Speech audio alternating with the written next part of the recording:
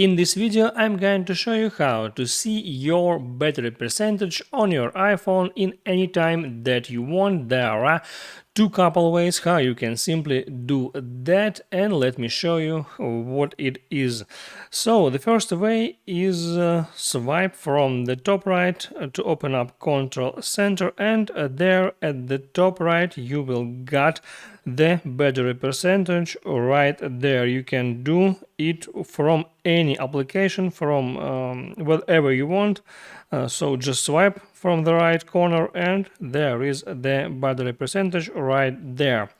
Also, you can add here battery percentage widget from your widget library. To do that, swipe over to the very left, and there at widgets you got the battery widget. You can tap and hold, then tap edit home screen, and now you can hold on that widget and move it wherever you want. Like me, I like this widget in that position, and then tap done. So now you always will be able to see your battery percentage on your home screen.